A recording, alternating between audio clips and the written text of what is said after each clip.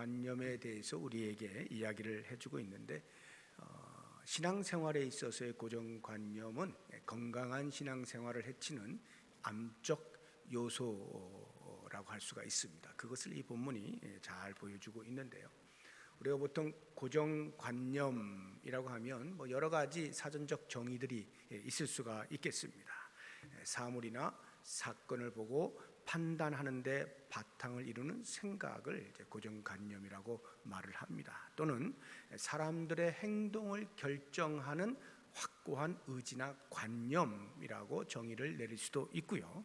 또는 어떤 집단의 사람들에 대한 단순하고 지나치게 일반화된 생각, 이렇게 정의를 내리기도 합니다. 그러니까 오랜 시간을 두고 자기가 경험한 어떤 지식이나 또는 가치관, 이런 것들을 이제 교육 환경을 통해서 또는 어떤 문화적인 요소들에 의해서 습득되어지고 축적되어질 때 이제 나타나게 되어지는 생각이라고 이제 보시면 되겠습니다. 그래서 이거는 한두 번 이렇게 경험하고 생성되는 것이 아니기 때문에 오랜 반복 속에서 생성되어지는 것이어서 그 고정관념을 버리는 것이 쉽지가 않아요. 우리 모두는 다 그런 고정관념들을 다 가지고 있어요. 이런 고정관념을 형성시켜주는 것은 이제 가장 크게는 사회 문화적인 요소라고 볼 수가 있겠습니다. 우리가 이 사회에서 살면서 여러 가지 문화들을 접하잖아요. 그러면서 우리도 모르는 사이에 이것은 이거야, 이렇게 결정을 지어버리는 생각들이 있어요. 예를 들어서 우리나라가 이제 유교 문화가 아주 뿌리가 깊지 않습니까? 그래서 그런 곳에서 이제 보통 남자들은 좀 과묵한 것을 이제 남자라고 보통 생각을 하게 되는 거죠. 그래서 이제 말이 많은 남자를 보면 남자가 왜 이렇게 말이 많아? 이런 이야기를 종종 하지 않습니까? 그것은 우리의 머릿속에 남자는 과묵해야 돼라고 하는 생각이 박혀 있기 때문에, 그런 고정관념이 있다 보니까 그렇지 못한 사람을 볼 때 이상하게 보이는 것입니다. 또는 여자의 경우에는 좀 다소곳한 이런 것이 일반화되어진 고정관념이라는 거죠. 그래서 운동선수 가운데 격투기가 있어요. 싸우는 거, 아주 심하게 싸우는, 피도 흘리고 그러는데 여자들도 격투기 선수가 있습니다. 그래서 혹시 이제 그런 경우를 보게 되면, 아니 그 많고 많은 운동 가운데 왜 하필이면 여자가 격투기야? 이런 이야기를 할 수가 있겠죠. 이거는 여자는 그런 거 하면 안 된다라고 하는 이 사회 문화가 준 그 고정관념이 형성이 되어버렸기 때문에 그런 말 하는 거예요. 그런 사회 문화적인 요소뿐만이 아니라 개인적으로도 경험되어진 어떤 것들, 반복해서 경험되어진 것에 의해서 형성될 수가 있어요. 예를 들면 나는 정치인은 절대로 안 믿어, 이렇게 말을 한다고 하면, 이제 제가 좀 그런 취향이 있어요. 정치인은 절대로 안 믿어라고 하는 그런 이제 고정관념이 있다는 것은 정치인들에게서 정직한 모습을 보지 못하고 말만 나오면 거짓말이라고 하는 것이 오랜 세월 동안 이 뇌리 속에 축적이 되어지면 정치인만 봐도 아유 거짓말쟁이, 이렇게 돼 버리는 것이죠. 또는 이런 것도 있죠. 요즘 애들은 왜 이렇게 버릇이 없어? 이런 이제 말하는 경우가 있잖아요. 왜 이렇게 요즘 애들은 버릇이 없어? 지하철을 타고 가는데 노인이 서 있는데 젊은 애들이 멀쩡히 앉아가지고 일어날 생각을 안 한단 말이죠. 이런 것을 반복적으로 경험하게 되어지면 그분의 머릿속에는 젊은 애들은 전부 버르장머리가 없는 애들이 되어버리는 거예요. 이런 개인적인 것은 사람마다 다 다릅니다. 그래서 어떤 사람은 똑같은 예를 통해서 지하철에서 젊은 애들이 자기가 서 있으면 항상 이렇게 여기 앉으세요, 앉으세요, 이런 것을 반복적으로 경험한 사람이라고 한다면, 야, 요즘 애들인데도 참 경우가 발라, 이렇게 이야기를 하겠죠. 그렇게 고정관념이 형성이 되는 거예요. 이것은 개인마다 조금 차이가 있다라고 볼 수가 있습니다. 아무튼 반복되어진 어떤 것들이 쌓이다 보면 그것이 자기의 머릿속에 박히는 거예요. 그것을 고정관념이라 하는 것이죠. 근데 이런 고정관념은 전혀 좋은 것이 아닙니다. 고정관념의 폐해가 아주 심해요. 어떤 폐해들이 있느냐 하면, 고정관념, 내 머릿속에 박혀있는 그 고정관념 너머에 존재하고 있는 또 다른 관점들에 대하여서는 배타적이 되어버리는 거예요. 또는 적대시하게 되어지는 그런 폐해가 생겨납니다. 그래서 자기와 다른 생각을 가지고 있는 사람들의 말을 잘 듣지 않죠. 왜냐하면 내가 생각하는 것이 옳다라고 하는 고정관념이 이미 형성이 되었기 때문에 그런 거예요. 그래서 이런 사람은요, 어떤 자기 의가 너무나 강하기 때문에 변화나 발전의 가능성이 매우 희박합니다. 그냥 그 고정관념으로 살아가요. 더 이상 자기 자신을 더 개선시키는 이러한 일들이 잘 일어나지 않게 되어지는 겁니다. 그러면 어떤 결과가 나타나느냐? 그로 인하여서 자기 자신이 손해를 보거나 또는 자기가 속해 있는 공동체에 손해를 끼치게 되어지는 일들이 발생하게 되는 겁니다. 이와 같은 고정관념의 폐해를 오늘 본문의 말씀이 우리에게 너무나 명확하게 보여주고 있는 거예요. 그래서 오늘 본문의 말씀 우리가 한번 보게 되어지면 1절을 보시면 예수님께서 고향을 방문하는 일이 생깁니다. 예수께서 거기를 떠나사, 거기를 떠났다고 할 때 거기는 예수님이 사역하시던 곳이에요. 가버나움입니다. 가버나움을 떠나사 고향으로 가시니, 여기 고향이 어딜까요? 예수님의 고향 나사렛입니다. 거기서 다 물론 태어나신 것은 베들레헴입니다만 자라신 것이 전부 나사렛이기 때문에 거길 고향이라 하시는 거예요. 가버나움하고 나사렛은 사실상 그렇게 멀지 않습니다. 인천하고 일산 정도, 그보다 좀 더 멀거나 그 정도 이렇게 테두리에 있는 갈릴리 지역 안에 있는 곳이에요. 이런 이제 고향으로 가셔서 안식일이 되었어요. 그래서 예수님은 늘 하시던 대로 회당을 찾아가서 그것을 가르치십니다. 2절을 보십시오. 안식일이 되어 회당에서 가르치시니, 이렇게 돼 있죠. 그런데 우리는 그냥 회당에서 가르치셨구나 이렇게 생각하기 쉽지만 당시 예수님께서 회당에서 가르치신다는 것 쉬운 얘기가 아닙니다. 왜냐하면 회당에는요, 회당 제도가 있어요. 회당 문화가 있습니다. 그 문화는 이제 회당장이 말씀을 이제 읽고 사람들이 듣고 주로 이렇게 하는 거예요. 그런데 가끔 유명한 강사가 있다라고 하면 초청을 해서 듣기도 합니다. 근데 오늘날로 제가 강사라고 하는 것이고 그 당시로 하면 랍비예요. 랍비, 선생님, 가르치는 선생님, 랍비인데 이 율법의 랍비가 유명한 사람이 있다면 초청해서 강연을 듣기도 하고요. 또는 회당에 방문을 했을 때 그 사람에게 회당장이 가서 섭외를 해가지고 이번에 좀 강연 좀 해주십시오 하면은 이제 단에 올라가서 강연을 하는 거예요. 이게 이제 그 당시 회당 문화였는데 예수님께서 가르치셨다라고 하는 말은 예수님 역시 마찬가지로 랍비로 여겨졌다는 것이고 그 예수님이 이미 소문에서 여러 가지 말씀들을 잘 가르치시고 또 탁월한 어떠한 이적들을 행하시고 하는 것들이 그들의 귀에 다 들려왔던 것이죠. 그래서 예수님이 회당을 방문하셨을 때 회당장이 한번 강연 좀 해주십시오 해서 이제 가르치시게 된 것입니다. 이렇게 가르치셨는데 거기에 듣고 있던 사람들의 반응을 보면 2절 다시 보시게 되면 많은 사람이 듣고 놀라 이르되 이 사람이 어디서 이런 것을 얻었느냐? 이 사람이 받은 지혜와 그 손으로 이루어지는 이런 권능이 어찌 됨이냐? 깜짝 놀랬다라고 하는 거예요. 그런데 거기에 회당에서 가르치시니 많은 사람이 듣고 놀랐다 그랬잖아요. 이 가르치시니는 예수님의 가르치심이 다 끝난 다음에 다 듣고 나서 참 놀랍다 이렇게 한 것이 아니고요. 언어를 정확하게 이렇게 보시게 되면 원어적으로 보면 가르치기를 시작하시면서라고 되어 있어요. 가르치기를 시작하시면서 듣고 있던 사람들이 계속 연신 고개를 끄덕끄덕거리고 와와 감탄을 했다 이런 말이에요.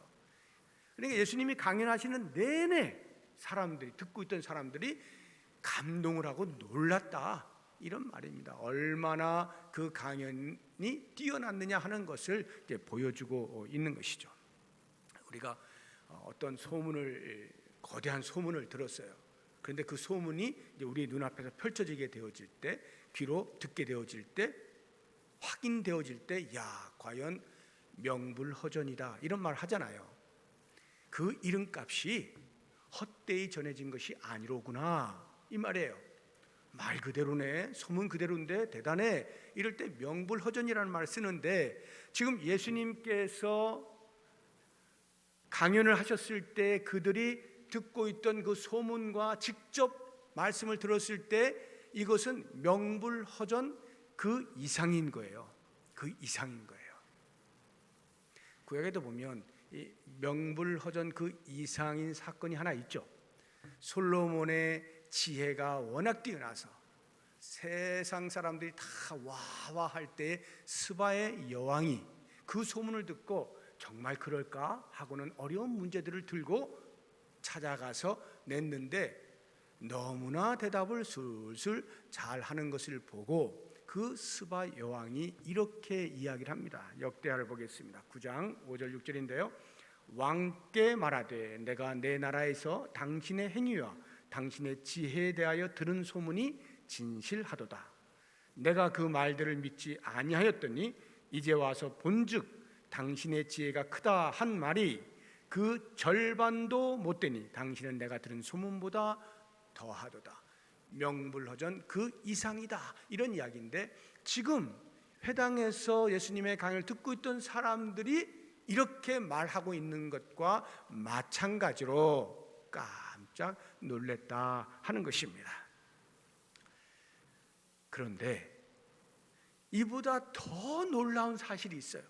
그것은 그럼에도 불구하고 회당에서 그 엄청난 하나님의 나라에 대한 또는 복음에 대한 메시지를 들었음에도 불구하고 그들이 구원에 이르지 못하였다는 것입니다.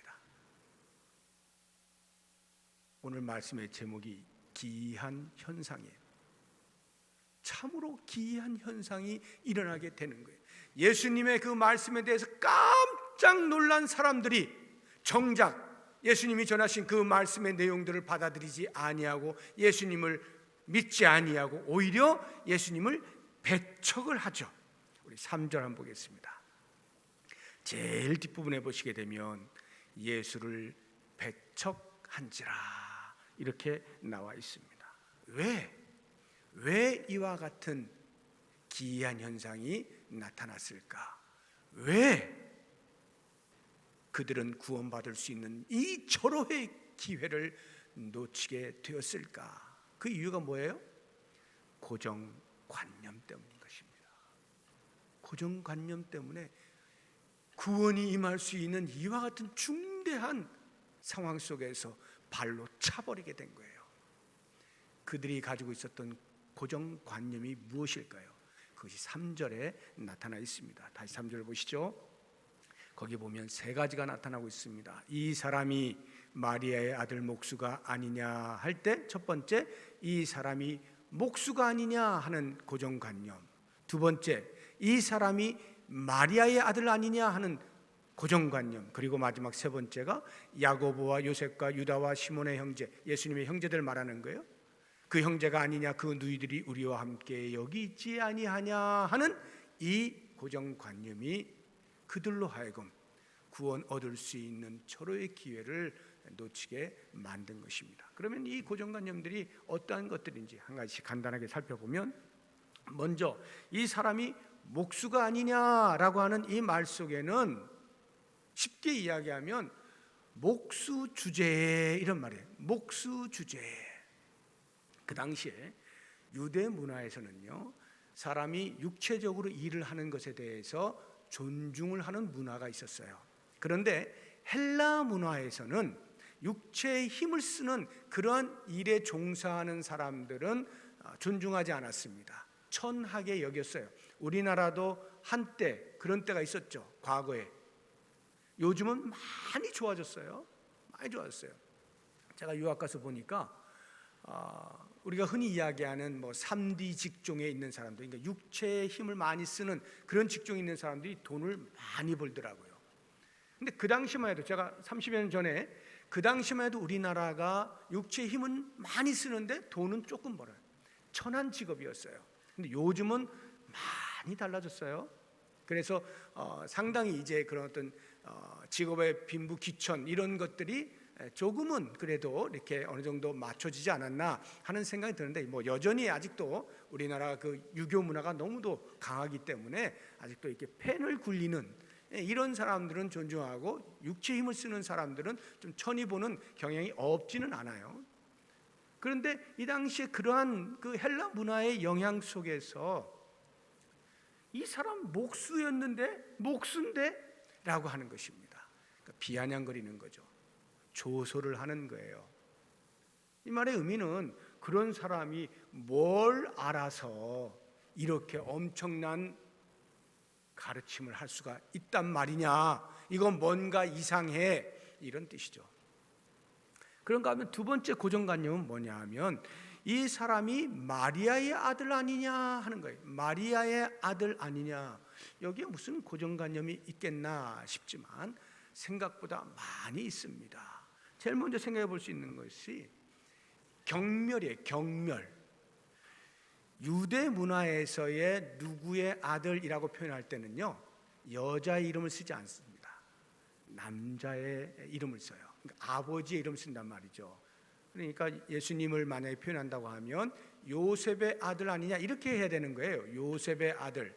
그런데 요셉은 아버지의 이름은 없고 마리아의 아들, 엄마의 이름을 쓰고 있다, 이 말이에요. 무슨 말이냐면, 우리는 성령으로 잉태된 것을 다 알지만 그 당시에 사람들은 아직 결혼도 안 했는데 아이를 낳았어요. 이건 사생한 거예요. 출생에 비리가 있는 거예요. 그러니 그렇게 태어난 그 사람이 무슨 지혜가 있을 수가 있겠나, 이렇게 이야기하는 거예요. 그런 주제에 경멸의 표현이에요. 이 사람이 마리아의 아들 아니냐라고 하는 말 속에 또 다른 말은 무식쟁이 아니냐, 이런 말이에요. 무식쟁이 아니냐. 왜냐하면 유대 사회에서는 모든 교육이 아버지를 통하여서 이루어집니다. 아버지를 통해서. 마리아의 아들 하면 예를 들어 아버지가 일찍 죽었어요. 그러면 어쩔 수 없이 엄마 이름 써야 될 거 아니에요. 죽은 사람의 아들 이렇게 말을 할 수는 없으니까 그렇게 썼다라고도 보이지만 사실상은 그것보다는 아버지로부터 아무런 교육도 받지 못한 그런 무식쟁이, 그런 무식쟁이가 어떻게 이런 가르침을 내릴 수가 있단 말이야. 이거 뭔가 이상해 라고 보는 것입니다. 그런가 하면 이 사람이 마리아의 아들 아니냐 하는 이 말 속에 또 다른 하나의 고정관념은 이런 거예요. 이건 천하의 불효자다. 왜냐하면 요셉이 일찍 죽었잖아요. 요셉이 언제 죽었는지 정확히는 모릅니다만 그 예수님께서 부모와 함께 예루살렘에 올라갔다가 이렇게 예수님이 성전에 남아 계시는 동안에 그 사람들이 먼저 돌아가다가 예수님이 잃어버렸다고 하고 막 난리친 적이 있죠. 그때가 예수님이 12살 되던 해예요. 12살. 그때의 요셉이 언급되고 그 이후로는 한 번도 요셉이 언급되지 않아요. 그러니까 일찍 죽었다라고 추정을 충분히 할 수가 있는데, 그러면 그 가정의 가장이 누구예요? 예수님이 되는 거예요. 밑에 동생들 보세요. 벌써 남자만 4명이 언급되어 있죠. 여자들 누이들이라고 해서 벌써 2사람 이상이라는 걸 알죠. 이렇게 많은 동생들을 거느리고 있던 장남 예수님이 가장이 되는 거죠. 그래서 아마 목수의 일도 일찍부터 아마 배워서 하셨을 거예요. 그런데 그가 어느 날 대략 한 30여 세 되었을 때에 그 모든 가장으로서의 책임을 다 팽개쳐버리고 어디 돌아다니면서 사람들 끌고 다니면서 무슨 이상한 말들이나 하고 하는 이런 일들을 하니까 불효자 아니냐, 이거 가정도 다 내팽개친 그런 사람이 뭘 이야기를 하겠다는 거야 하는 이러한 말투가 이 사람이 마리아의 아들 아니냐 하는 말 속에 들어있는 것입니다. 이러한 고정관념들을 가지고 있다 보니 예수님의 그 기이한 교훈을 받아들일 수가 없었던 거죠. 이제 세 번째 고정관념을 보게 되어지면 그 동생들을 쭉 나열을 하면서 그들이 우리와 함께 여기 있지 아니하냐라고 하는 이 말, 이거 뭐냐 하면 지금 예수님의 동생들이 그 동네에서 지금 같이 살고 있다 이 말이에요. 그럼 어른이라고 하면 자기 자녀들하고 지금 같이 살고 있는 것이고요. 지극히 평범한 애들이야. 지극히 평범한 애들. 그러면 예수님이라고 뭐 별다를 거 있어요? 예수님도 불과 얼마 전에 같이 놀던 애였잖아요. 그 어른들이 볼 때는 같이 놀던 사람이었단 말이죠. 지극히 평범한, 그냥 목수의 일이나 하면서 하는 지극히 평범한 사람이었어요. 그런 사람이 뭐 이게 지금 한 2년 정도 사역을 한 지 한 2년 후 정도인데 한 2년 정도 어디 나갔다 왔다 해서 그 사이에 무슨 신적인 존재가 되어져서 기이한 가르침을 할 수 있다라고는 여기지 못하는 거예요. 무슨 기연을 얻어가지고 뭐 신비한 무엇을 얻어가지고 그렇게 보기에는 너무 짧은 세월이죠. 그러니까 정작 예수님의 가르침에 대하여 듣고 보고는 있지만 이러한 고정관념들이 그것을 그대로 받아들이지 못하도록 막아버리는 장치를 하고 있다 하는 것입니다. 이와 같은 고정관념으로 인하여서 어떤 결과가 나타나는지 한번 보시죠. 5절을 보세요.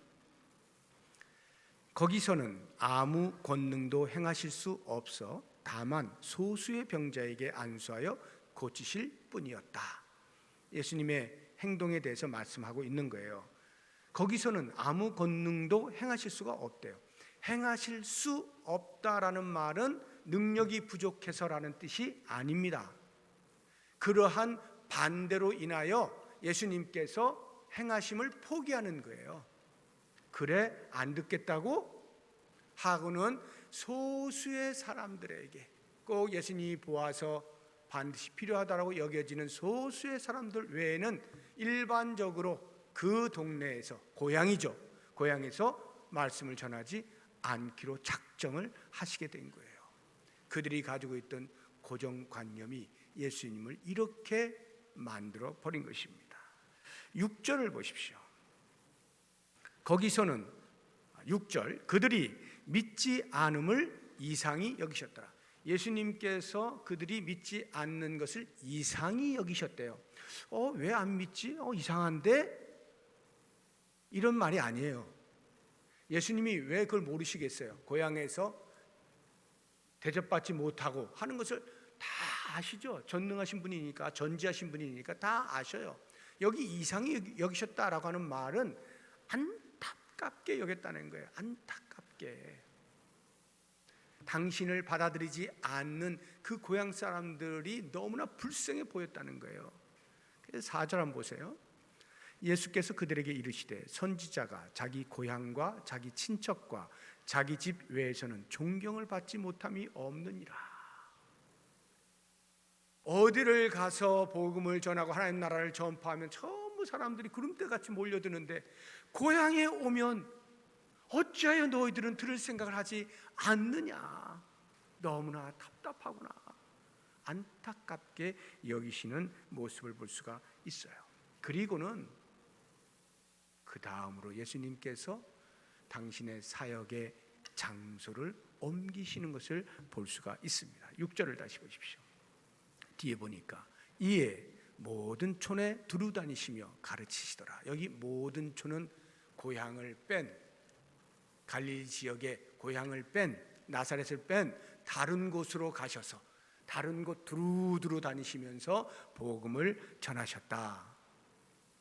하나님 나라를 전파하셨다, 이런 이야기입니다.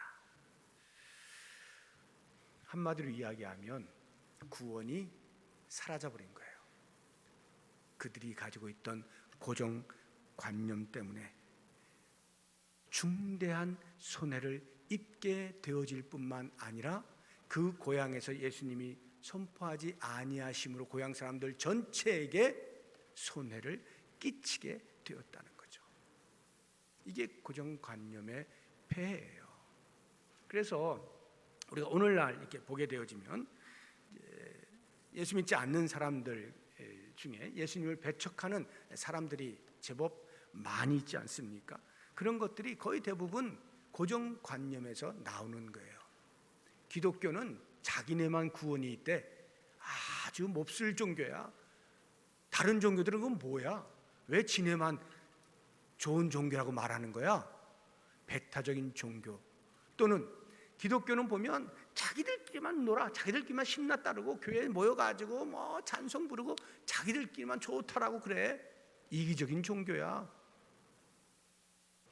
기독교에 대해서 또는 교회에 대해서 자기가 가지고 있는 지식과 경험을 바탕으로 하여서 이러한 고정관념이 형성되어진 사람, 기독교를 받아들일 리가 만무하겠죠. 뭐 조금 좋다라고 해봐야 그래, 참 기독교도 참 좋은 말씀 많이 있지. 예수님도 뭐 4대 성인 중에 한 사람이라고 하잖아. 성경도 보니까 참 좋은 말 많이 있더만. 교훈집이잖아, 교훈집. 이렇게 그 정도에서 멈추어 서는 거죠. 성경이 말하고 있는 예수 그리스도에 대해서 정확히 알지 못한 채 일반화되어진 종교의 하나로서 그냥 그렇게 여기는 것입니다. 이런 사람들은요, 자기가 알고 있는 교회, 자기가 알고 있는 기독교, 그것과 성경이 말하고 있는 기독교, 성경이 말하는 교회, 성경이 말하는 복음, 성경이 말하는 진리, 성경이 말하는 예수 그리스도를 일치시키는 우를 범하는 거예요. 그 고정관념이. 그러니까 죽었다 깨나도 말씀을 들어봐야 받아들이지 않는 거예요. 자기의 고정관념 속에서 교회는 이런 거야, 기독교는 이런 거야, 그 외가 안 들린다 이 말이에요. 거기에 무슨 구원이 임할 수가 있겠습니까? 그러면 우리 성도들은 어떨까요? 우리 성도들이 갖는 고정관념, 저는 이게 더 무섭다고 생각이 들어요. 예수님을 모르는 사람은 몰라서 그렇다라고 볼 수는 있겠어요. 모르니까. 그런데 성도들은 이제 아는 사람들이에요. 아는 사람들인데도 불구하고 오랜 신앙생활 속에서 우리도 모르게 형성되어진 고정관념들이 우리의 참 신앙함을 방해하는 것들이 적지 않다는 거예요. 오늘 본문에만 보아도 회당에 참석한 사람들이 누굽니까? 다 유대교인들이잖아요. 유대교인들, 성경을 가지고 있던 사람들 뿐만 아니라 그 동네에서 예수님을 어렸을 때부터 보아왔던 사람들, 그런 사람들이 자기 나름대로 형성한 그 고정관념으로 인하여서 예수님의 설파를 바르게 받아들이지 않는 거예요. 기이하다라는 것을 알면서도 놀라워하면서도 받아들이지는 않고 오히려 거부하고 배척하는 이러한 현상을 보지 않습니까? 심지어는요, 예수님의 길을 준비하기 위하여 6개월 먼저 온 세례 요한조차도 보라, 세상 죄를 지고 가는 하나님의 어린 양이로다. 그는 흥하여야겠고 나는 쇠하여야 하리라. 나는 그의 신발끈을 풀기도 감당할 수 없는 존재다. 이렇게까지 이야기한 훌륭한 세례 요한이 감옥에 갇혀 있으면서 자기가 생각하고 있는 메시아적 활동을 하고 있는 것처럼 보이지 아니하는 예수님으로 인하여서 가슴이 답답해지면서 제자들을 보내서 묻잖아요. 우리가 기다리는 그 이가 당신입니까? 아니면 다른 사람을 우리가 기다려야 되는 겁니까? 이렇게 이야기하지 않습니까? 왜요? 그가 가지고 있는 메시아에 대한 고정관념이 성경이 말하고 있는 것과 달랐기 때문이죠. 그렇다고 하면 우리들도 역시 마찬가지로 얼마든지 이러한 고정관념들을 형성시킬 수가 있겠구나 하는 생각을 해야 한다 하는 것입니다. 그래서 우리의 마음속에 나도 모르는 사이에 형성되어져 있을 그런 고정관념에 대해서 계속 바라보는 거예요. 무엇이 있나? 어떤 것이 있나? 그래서 그것을 끊임없이 버리는 작업을 해야 되는 거예요. 저 역시 마찬가지입니다. 오랜 신앙생활 가운데서 나도 모르게 형성되어진 고정관념들이 적지 않아요. 그것은 교리에 대한 고정관념이 있을 수도 있고요, 사람에 대한 고정관념이 있을 수도 있고요, 어떤 상황에 대한 고정관념이 있을 수도 있고요, 여러 종류의 신앙생활의 테두리 안에서 많은 고정관념들이 형성이 되어진 거예요. 나도 모르는 사이에 우리는 이런 것들을 과감하게 발견하는 즉시 버려야 돼요. 그렇지 아니하면 그 폐해를 고스란히 내가 받는 것뿐만 아니라 내 주변에 함께 하고 있는 공동체에게도 손해를 입히게 되어지는 일이 발생하게 되는 겁니다. 그래서 우리는 하나님의 말씀을 들을 때마다 늘 새롭게 들어야 돼요. 늘 새롭게. 제가 여러 차례 말씀을 드리죠. 말씀을 제가 준비할 때마다 허투루 제가 보질 않아요. 나름 제법 봤을 거 아니겠어요? 그런데도 보면 늘 새로운 말씀으로, 오늘 하나님께서 나에게 들려주시는 말씀으로 그렇게 보려고 노력을 하는 거예요. 애를 쓰는 거예요. 왜? 나도 모르게 본문을 보자마자 이거 고정관념으로 그 말씀을 그냥 쉽게 판단을 해버리는 우를 범할 수가 있기 때문에 그런 것들에 대해서 자기 스스로를 계속 채찍질하는 거죠. 날마다 새롭게, 그리고 무엇보다 말씀을 들을 때, 말씀을 볼 때 겸손함으로, 다 아는 거가 아니라 겸손함으로, 오늘 하나님께서 나에게 새롭게 들려주시는 말씀으로 겸손하게 듣고 순종하는 이러한 삶을 살 때 우리는 고정관념의 폐해로부터 이겨낼 수가 있는 것이고 주님께 주시는 날마다의 은혜를 누릴 수가 있게 되는 거죠. 모쪼록 원하기는 우리 모든 성도님들 주의 말씀을 들을 때, 또는 신앙 공동체 안에서 사랑하는 성도들과 함께 어떤 신앙의 행위들을 해 나갈 때 우리도 모르게 형성되어져 있을지도 모를 그 고정관념들 발견되어지는 대로 곧바로 미련 갖지 마시고 계속해서 버리시고 제거하시고 날마다 주의 주시는 말씀의 은혜로 계속 채워가시는, 그래서 하나님께서 보시기에 기뻐하실 만한 복된 삶 살아가시기를 주의 이름으로 축복합니다. 기도하겠습니다.